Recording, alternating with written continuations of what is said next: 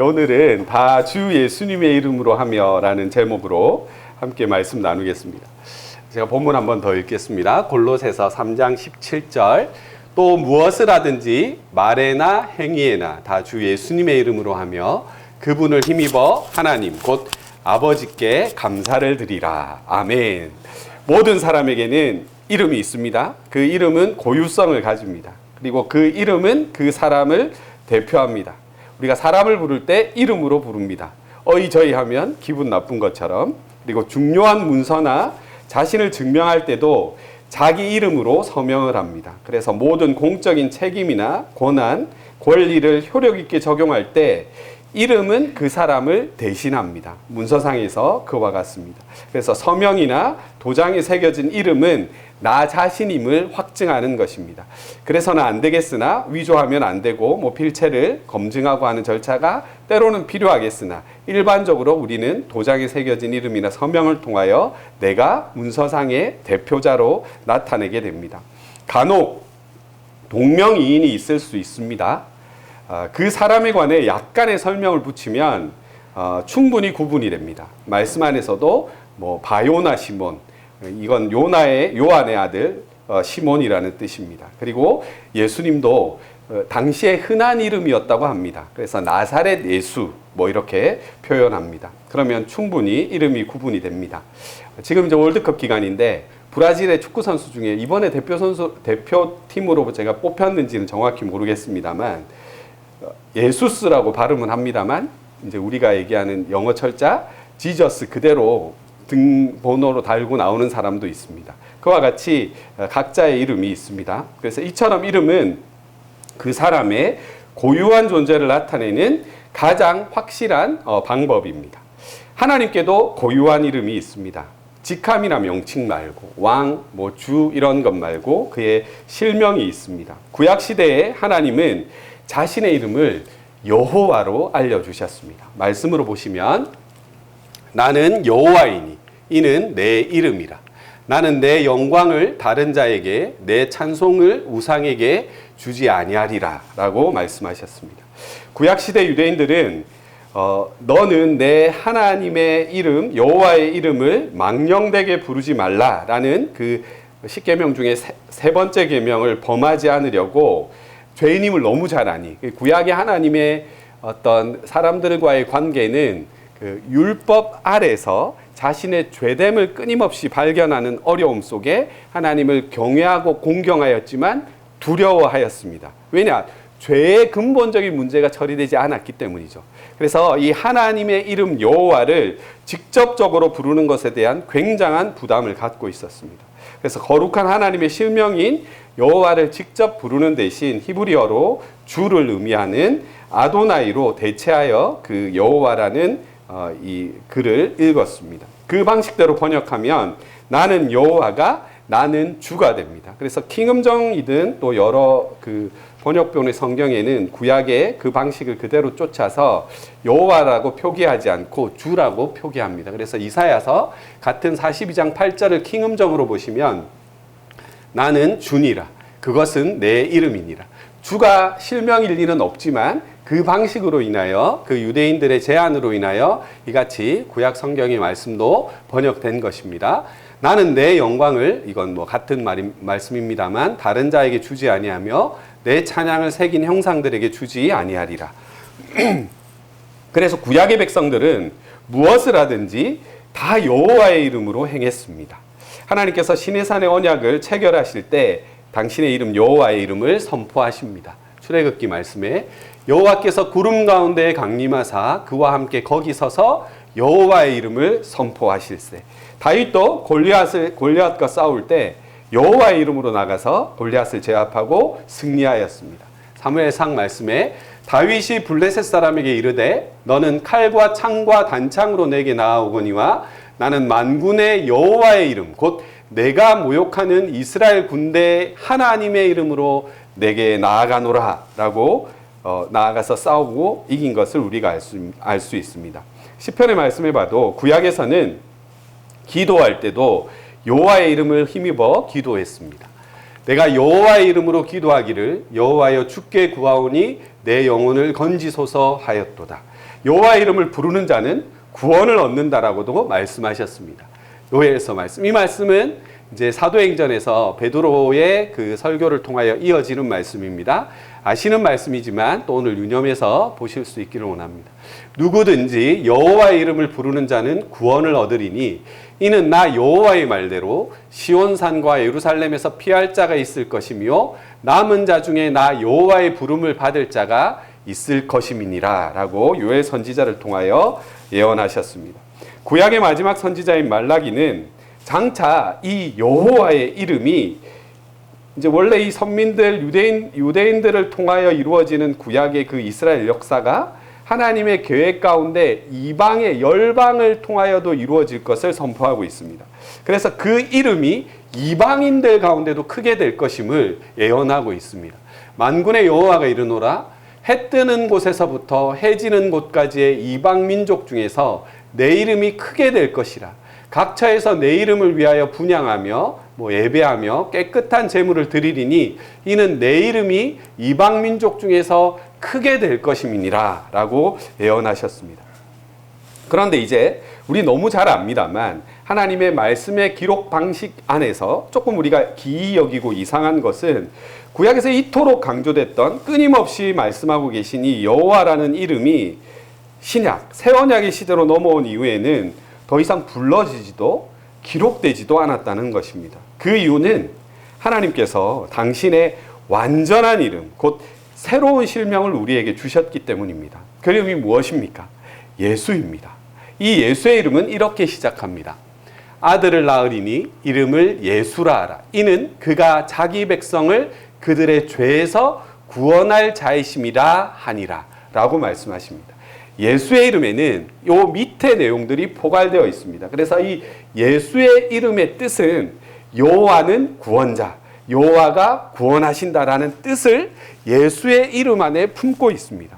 그러니 이것이 온전히 하나님의 그 사역의 전반적인 어떤 흐름들을 함의하고 있는 놀라운 이름인 것입니다.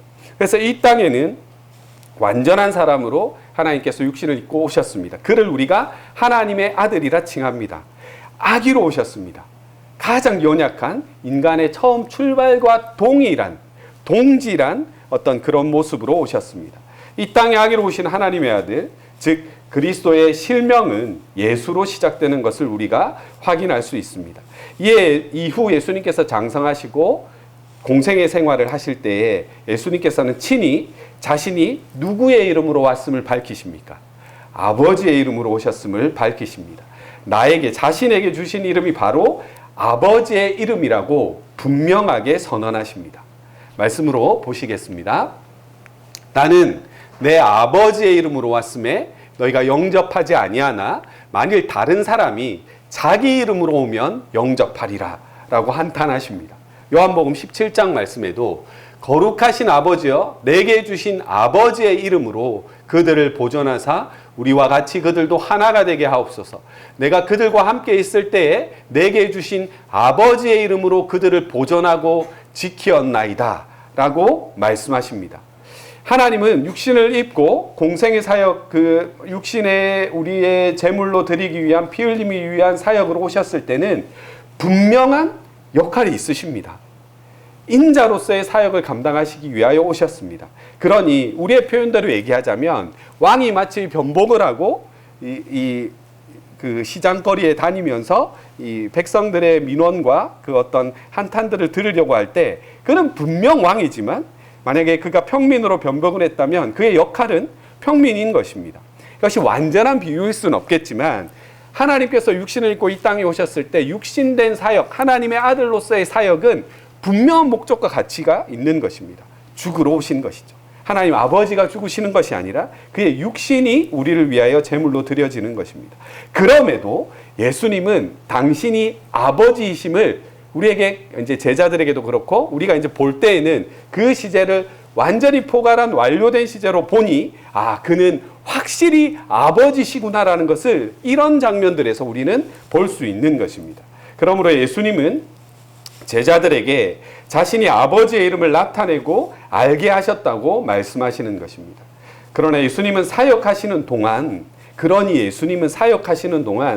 단 한 번도 내 아버지는 따로 계신데 그분의 이름은 구약에 말씀하신 대로 여호와야 라고 말씀하시는 적이 한 번도 없다는 것입니다. 이제 아버지의 완전한 이름이 바로 예수이기 때문입니다. 요한복음 17장 6절, 세상 중에서 내게 주신 사람들에게 내가 아버지의 이름을 나타내었나이다 라고 말씀합니다. 17장 26절에 내가 아버지의 이름을 그들에게 알게 하였고 또 알게 하리니 이는 나를 사랑하신 사랑이 그들 안에 있고 나도 그들 안에 있게 하려 함이니이다 라고 말씀하며 자신에게 주신 이 예수의 이름이 아버지의 이름임을 끊임없이 말씀하십니다. 하나님께서는 역사 속에서 자신을 나타내실 때 점진적으로 계시하십니다. 제가 이 부분에 굉장히 방점을 찍어 여러분들에게 말씀을 드리는 편인데, 우리는 진화의 영역에서 우리의 삶이 이루어지는 것은 아닙니다. 그러나 분명한 것은 우리에게 주어진 시간 안에서 거룩함을 힘입어 성화되고 있는 것, 여러분들이 여러분의 7, 80 또는 길면 100년의 삶 가운데 그것을 믿고 신뢰하시고 성령 안에서 그 삶을 이루어 가셔야 합니다. 그럼 인류사 안에서 하나님 어떻게 일하셨겠습니까? 여러분 한번 돌아보십시오. 얼마나 야만의 시절, 그 미개의 시절이 우리의 나라에도 있었습니까? 지금 돌아보니 그 시절에는 미개했고 야만적이었구나라는 것을 보지 않습니까? 그럼 그때 하나님이 일하시지 않으셨습니까? 그때도 하나님께서 일하셨습니다. 구약의 인물들이 많은 부인들을 두는 것이 하나님의 원칙적인 뜻이었습니까? 우리가 아니라는 걸 알지 않습니까? 그러나 그때는 나라와 문화 안에서 그것이 그들의 형편일 수 있었던 것입니다. 이와 같이 하나님의 온전하심은 발전하거나 성장하거나 성숙해지시지 않으시지만 사람들을 대할 때 그 문화와 시대적으로 분명하게 점진적으로 계시하시며 완성해 오신 것을 우리가 알 수 있는 것입니다. 이런 측면에서 하나님의 이름도 마찬가지입니다. 하나님은 과거 모세에게 이렇게 말씀하셨습니다. 내가 아브라함과 이삭과 야곱에게 전능의 하나님으로 나타났으나 나의 이름을 여호와로는 그들에게 알리지 아니하였다라고 말씀합니다. 그러니까 아브라함과 이삭과 야곱에게는 하나님께서 그의 실존하는 당신의 이름, 그리고 그 이름에 담겨 있는 계획, 무엇입니까? 이스라엘 민족사에서 가장 중요한 건 출애굽이지 않습니까? 너희를 구원해낼 것이다. 근데 그 시점 전에 아브라함과 이삭과 야곱에게는 그와 같은 일들에 대하여 자기 삶의 규모가 없는 것입니다. 그래서 그들에게는 난 전능의 하나님이야. 너희에게 복을 주는 하나님이야. 자녀를 구하면 자녀를 주고, 아브라함에게 그 끊어진 그 생명의 끈을 이으셔서 이렇게 이삭을 주고, 이삭에게 야곱을 주고, 그런 전능자의 하나님으로 나타나신 것이지만 모세에게는 이제 가장 중요한 사건인 이스라엘 민족을 애굽으로부터 구원해낸 그 복음의 그림자의 사건을 완성하시기 위하여 여호와라는 이름을 알리시고 선포하신 것입니다. 이것은 야곱에게 이와 같은 사건으로 우리가 볼 수 있습니다. 분이엘에서 하나님과 씨름하며 야곱이 이름을 묻습니다. 하나님께서 이름을 알려주시지 않습니다. 야곱이 청하여 이르되 당신의 이름을 알려주소서. 그 사람이 이르되 어찌하여 내 이름을 묻느냐 하고 거기서 야곱에게 그냥 축복만 합니다. 여호와라는 이름 자체는 모세오경 창세기로부터 기록되어 있습니다. 모세가 기록하였으니 그와 같을 것입니다. 창세기 때부터 언급되었고 셋의 아들 에노스 시대부터 여호와라는 이름이 불려졌지만 하나님께서 그 이름의 온전한 의미와 능력을 담아서 설명하시고 계시하는 것은 출애굽 때 모세 때로부터입니다. 모세로부터입니다. 여러분 이렇게 이해하시면 좀 어떨까 합니다. 저도 태어나서는 기억하지 못하지만 추론할 수는 있죠. 충분히 할 수 있죠. 주아가 말하는 것 보면 엄마라는 단어는 자연스러운 단어 같은데 부모와 할머니에게는 그냥 명료하게 그냥 이렇게 하면 엄마라 들리나 봅니다. 사랑의 근가에 그렇겠죠. 그와 같습니다. 근데 이름을 부르는 건 아니지 않습니까? 아빠, 엄마 이렇게 부르다가 아빠 이름이 뭐구나. 그리고 이름 정도 알다가 그 이름에 속한 그의 사역이 뭐구나. 내 아빠 진동석은 목사님이구나. 그렇게 알다가 이 목사님은 이런 사역을 하는구나. 그 지금 좀 더 저의 이해가 밝혀지는 것처럼 하나님의 이름도 이들에게는 이 점진적으로 알려지고 계시된 것이다라는 것을 우리가 충분히 추론할 수 있습니다. 그래서 이 여호와라는 이름 자체가 출애굽 때 모세를 통하여 알려지는 것입니다. 출애굽기 말씀에 보면 모세가 하나님께 아뢰되 내가 이스라엘 자손에게 가서 이르기를 너희의 조상의 하나님이 나를 너희에게 보내셨다 하면 그들이 내게 묻기를 그의 이름이 무엇이냐 하리니 내가 무엇이라고 그들에게 말하리이까? 라고 하나님께 묻는 것입니다. 하나님이 모세에게 이르시되 나는 스스로 있는 자니라. 또 이르시되 너는 이스라엘 자손에게 이같이 이르기를 스스로 있는 자가 나를 너희에게 보내셨다 하라. 라고 말씀하십니다. 하나님이 또 모세에게 이르시되 너는 이스라엘 자손에게 이같이 이르기를 너희 조상의 하나님 여호와 곧 아브라함의 하나님, 이삭의 하나님, 야곱의 하나님, 그 전능의 하나님께서 나를 너희에게 보내셨다 하라. 이 역사와 이 이름과 이 예언이 그 여호와의 이름 안에 담겨져 있는 것이고 이 서사를 모세에게 여호와의 이름으로 알려주시고 그 계시를 나타내시는 것입니다. 이는 나의 영원한 이름이요 대대로 기억할 나의 칭혼이라 라고 알려주신 것입니다. 모세에게 알려주셨던 하나님의 이름 여호와가 신약에 이르러 메시아 곧 그리스도를 통해 완전한 이름인 예수로 성취된 것입니다. 여러분 그러니까 쉽게는 이 예수의 이름이 얼마나 많은 것을 보관하느냐. 여호와 뒤에는 뭔가 그의 사역적인 그 형용구들이 붙을 때가 있습니다. 여호와 이레, 여호와 라파 뭐 이런 것들. 그러나 이 예수의 이름 안에는 그 모든 하나님의 일하심의 사역들이 녹아들어 있다는 사실을 여러분 믿으셔야 합니다. 예수님의 이름 안에는 하나님의 모든 권세와 능력과 그의 구원하심에 대한 복음, 그 모든 것들이 녹아들어 있음을 여러분 믿으셔야 합니다. 그러므로 예수라는 이름의 뜻은 여호와는 구원자시다. 여호와의 구원 이런 것입니다. 즉 영으로만 존재하시던 여호와 하나님의 이름에 육신을 입고 이 땅에서 인간을 구원하시는 그 사역의 과정이 입혀진 최종적이고 완전한 계시의 이름이 바로 예수인 것입니다.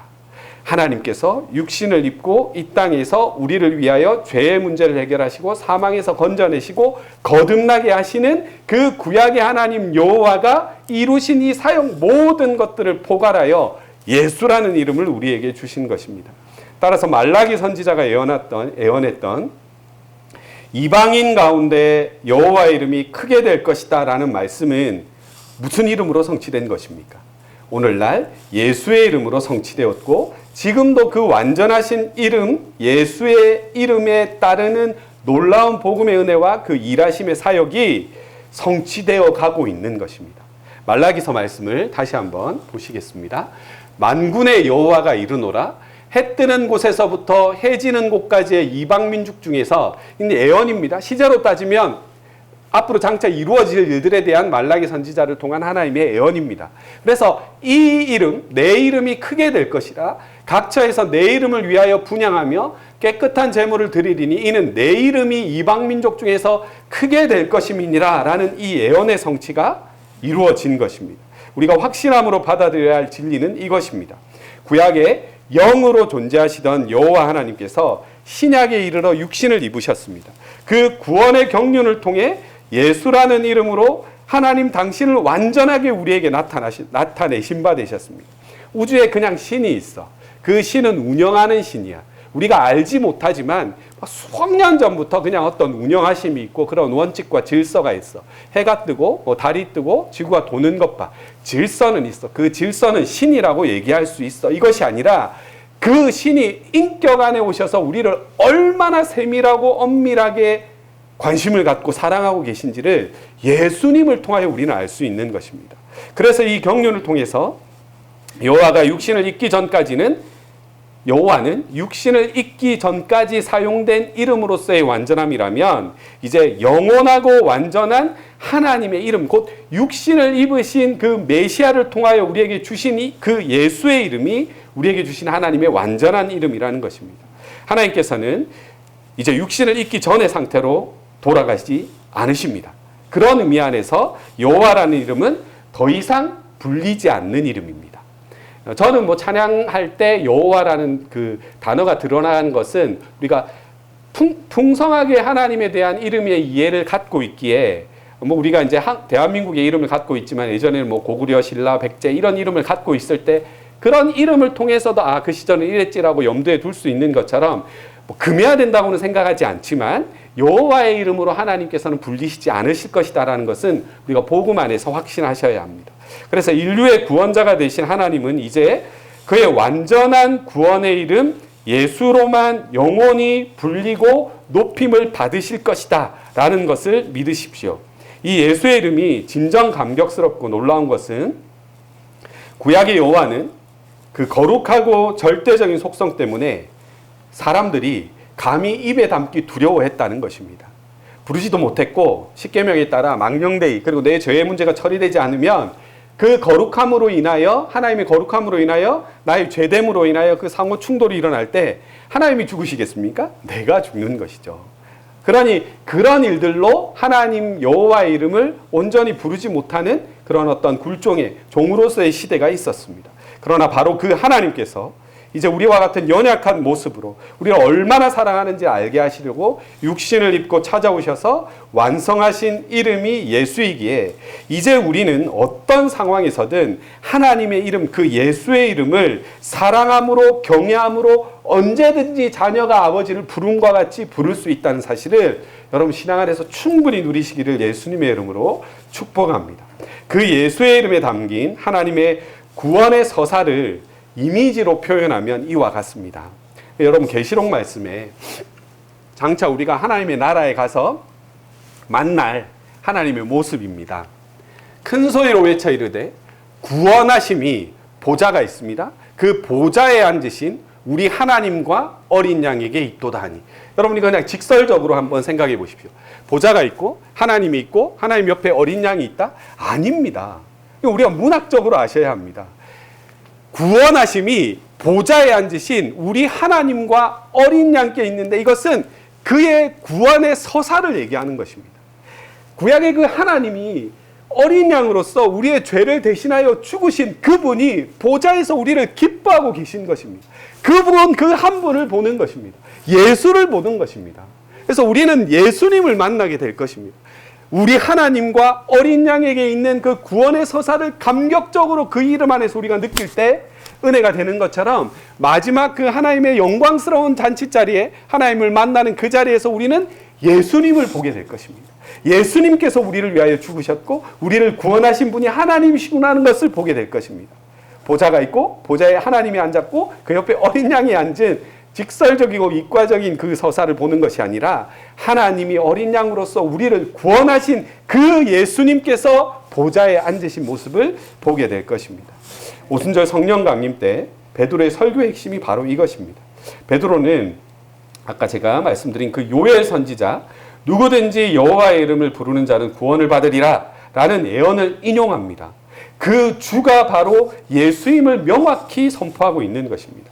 요엘 선지자의 예언으로부터 다시 보시겠습니다. 28절은 우리가 사도행전 오순절 강림날에 받을 성령의 그 모습을 예언하고 있습니다. 그 후에 내가 내 영을 만민에게 부어주리니 너희 자녀들이 장래일을 말할 것이며 너희 늙은이는 꿈을 꾸며 너희 젊은이는 이상을 볼 것이며 32절 누구든지 여호와의 이름을 부르는 자는 구원을 얻으리니 이는 나 여호와의 말대로 시온산과 예루살렘에서 피할 자가 있을 뭐 이렇게 이어지는 말씀입니다.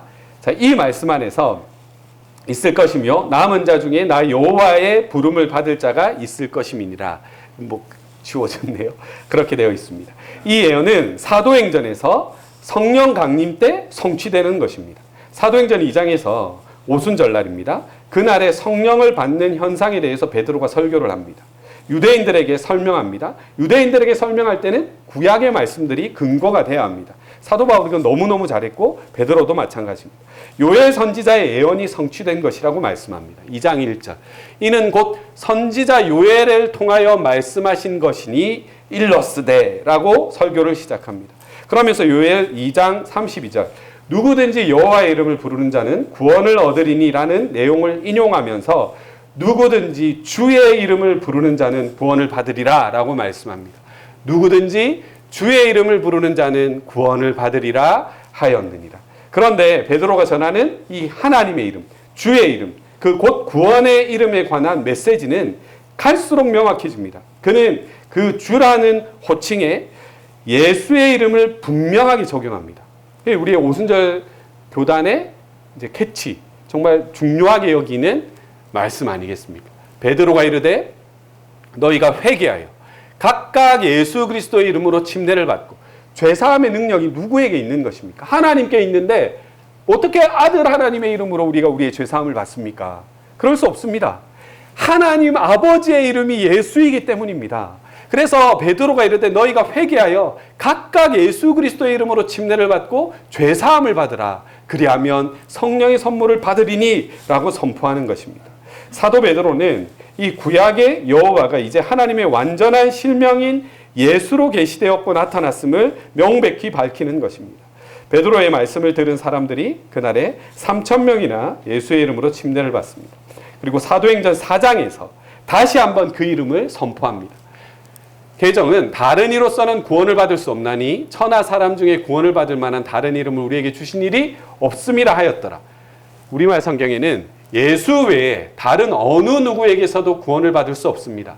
하나님께서는 하늘 아래 우리가 구원받을 만한 다른 이름을 우리에게 주신 일이 없기 때문입니다. 라고 예수의 이름을 명백히 밝히고 있는 것입니다. 하나님의 경륜 안에서 완성된 이름, 여호와의 구원을 담은 그 서사적인 이름이 바로 예수임을 믿으시는 성도님 여러분들은 여러분의 삶 속에서 예수의 이름의 능력이 나타나시기를 예수님의 이름으로 축복합니다. 우리가 그 이름을 믿기에 사도 바울은 오늘 본문 골로새서에서 이렇게 말씀하는 것입니다. 무엇을 하든지 말에나 행위에나 다 주 예수의 이름으로 하며 예수님의 이름으로 하며 그분을 힘입어 하나님 곧 아버지께 감사를 드리라. 예수의 이름이 하나님 아버지의 이름이기 때문입니다. 그렇다면 우리는 삶 속에서 여러분 우리의 삶 속에서 예수의 이름을 실제적으로 어떻게 적용해야 하겠습니까? 저는 여러분 정말 자주 사용하시기를 권합니다. 주여 이렇게 하시는 것보다 여호와여 하는 것보다 예수의 이름을 여러분 삶에서 무엇을 하든지 말에나 행위에나 정말 진정 음가로 많이 사용하시기를 원합니다. 그리고 실제 내가 그 예수의 이름을 믿는 믿음 안에서 아버지의 이름을 부르는과 같이 부르시기를 축복합니다. 이름 자체의 경외를 가지는 것은 우리 유교적인 문화에서 마땅한 일입니다.